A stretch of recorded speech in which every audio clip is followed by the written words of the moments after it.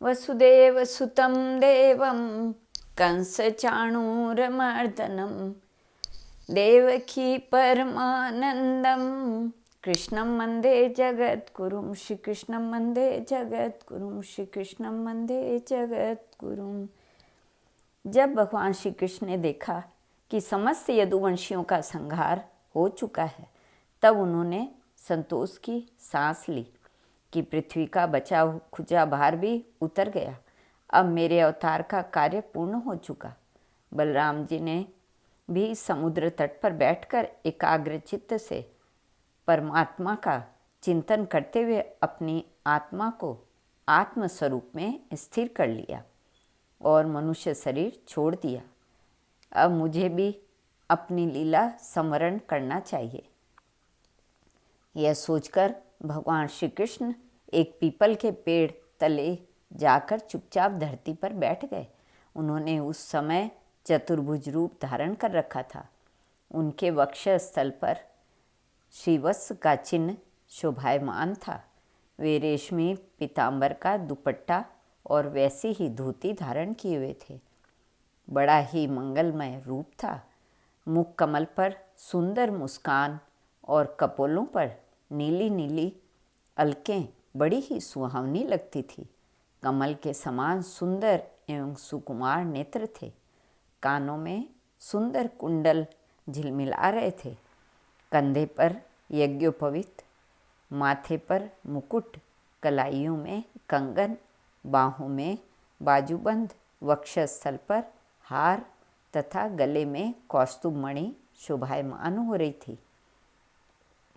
घुटनों तक वनमाला लटकी हुई थी। शंख, चक्र, गदा आदि आयुध प्रभु की शोभा को और भी बढ़ा रहे थे।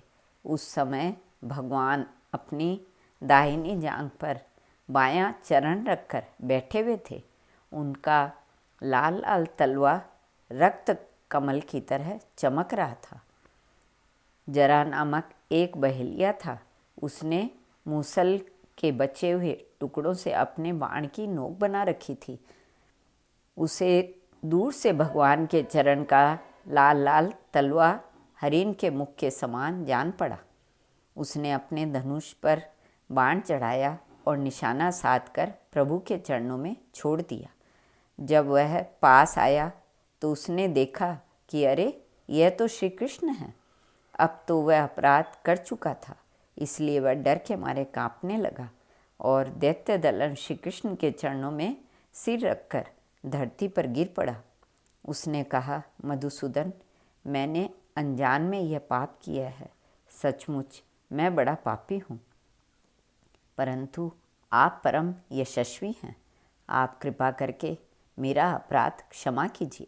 प्रभु, महात्मा लोग कहा करते हैं कि आपके स्मरण मात्र से मनुष्य का संपूर्ण अज्ञान नष्ट हो जाता है।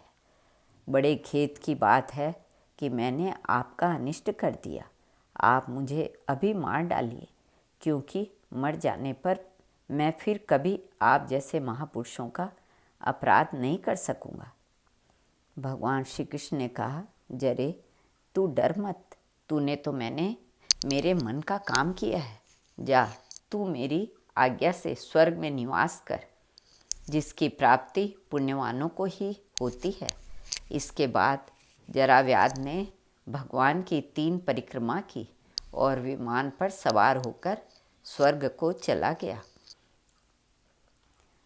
भगवान श्री कृष्ण का सारथी दारुक उनके स्थान का पता लगाता हुआ उनके द्वारा धारण की हुई तुलसी की गंध से युक्त वायु सूंघकर और उससे उनके होने के स्थान का अनुमान लगाकर सामने की ओर गया। दारुक ने वहाँ जाकर देखा कि भगवान श्री कृष्ण पीपल के वृक्ष के नीचे आसन लगाए बैठे हैं। असहाय तेज वाले आयुध मूर्तिमान होकर उनकी सेवा में संलग्न है। उन्हें देखकर दारुक के हृदय में प्रेम की बाढ़ आ गई। नेत्रों से आंसुओं की धारा बहने लगी। वह रथ से कूदकर भगवान के चरणों पर गिर पड़ा। उसने भगवान से प्रार्थना की, प्रभु, रात्रि के समय चंद्रमा के अस्त हो जाने पर राह चलने वाले की जैसी दशा हो जाती है, आपके चरण कमलों का दर्शन न पाकर मेरी भी वैसी ही दशा हो गई है। मेरी दृष्टि नष्ट हो गई है, चारों ओर अंधेरा छा गया है। अब न तो मुझे दिशाओं का ज्ञान है और न मेरे हृदय में शांति ही है। अभी दारुक इस प्रकार कह ही रहा था कि उसके सामने ही भगवान का गरुड़ ध्वज रथ पताका और घोड़ों के साथ आकाश में उड़ गया। उसके पीछे पीछे भगवान के दिव्य आयुध भी चले गए। यह सब देखकर दारुक के आश्चर्य की सीमा न रही। तब भगवान ने उससे कहा, दारुक, अब तुम द्वारका चले जाओ और वहाँ यदुवंशियों के पारंपरिक संहार, भैया बलराम जी की परम गति और मेरे स्वधाम गमन की बात कहो। उनसे कहना कि अब तुम लोगों को अपने परिवार वालों के साथ द्वारका में नहीं रहना चाहिए।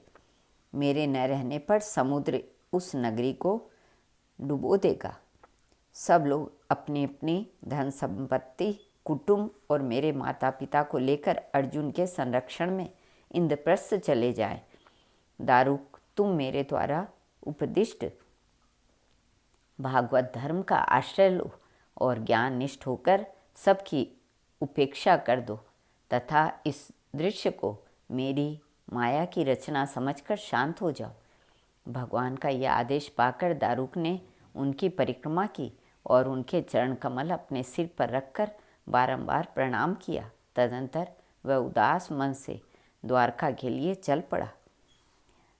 दारुक के चले जाने पर ब्रह्मा जी, शिव, पार्वती, इंद्र आदि लोकपाल, मरीचि आदि प्रजापति, बड़े बड़े ऋषि मुनि, पितर, सिद्ध, गंधर्व, विद्याधर, नाग, चारण, यक्ष, राक्षस, किन्नर, अप्सराएं तथा गरुड़ लोक के विभिन्न पक्षी अथवा मैत्रेय आदि ब्राह्मण भगवान श्री कृष्ण के परम धाम प्रस्थान को देखने के लिए बड़ी उत्सुकता से वहाँ आए।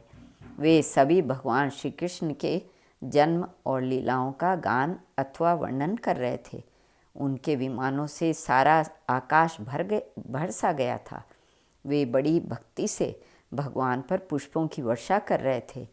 सर्वव्यापक भगवान श्री कृष्ण ने ब्रह्मा जी और अपने विभूति स्वरूप देवताओं को देखकर अपने आत्मा को स्वरूप में स्थित किया और कमल के समान नेत्र बंद कर लिए। भगवान का श्री विग्रह उपासकों के ध्यान और धारणा का मंगलमय आधार और समस्त लोकों के लिए परम रमणीय आश्रय है। इसलिए उन्होंने अग्नि देवता संबंधी योग धारणा के द्वारा उसको जलाया नहीं, शरीर अपने धाम में चले गए। उस समय स्वर्ग में नगारे बजने लगे और आकाश से पुष्पों की वर्षा होने लगी। पर भगवान श्री कृष्ण के पीछे पीछे इस लोक से सत्य, धर्म, धैर्य, कीर्ति और श्रीदेवी भी चली गई। भगवान श्री कृष्ण की गति मन और वाणी के परे है। तभी तो जब भगवान अपने धाम में प्रवेश करने लगे तब ब्रह्मा आदि देवता भी उन्हें न देख सके। इस घटना से उन्हें बड़ा ही विस्मय हुआ। जैसे बिजली मेघ मंडल को छोड़कर जब आकाश में प्रवेश करती है तब मनुष्य उसकी चाल नहीं देख पाते, वैसे ही बड़े बड़े देवता भी श्री कृष्ण की गति के संबंध में कुछ न जान सके। ब्रह्मा जी और भगवान शंकर आदि देवता भगवान की यह परम योगमयी गति देखकर बड़े विस्मय के साथ उनकी प्रशंसा करते अपने अपने लोक में चले गए। श्री कृष्ण अर्पणमस्तु।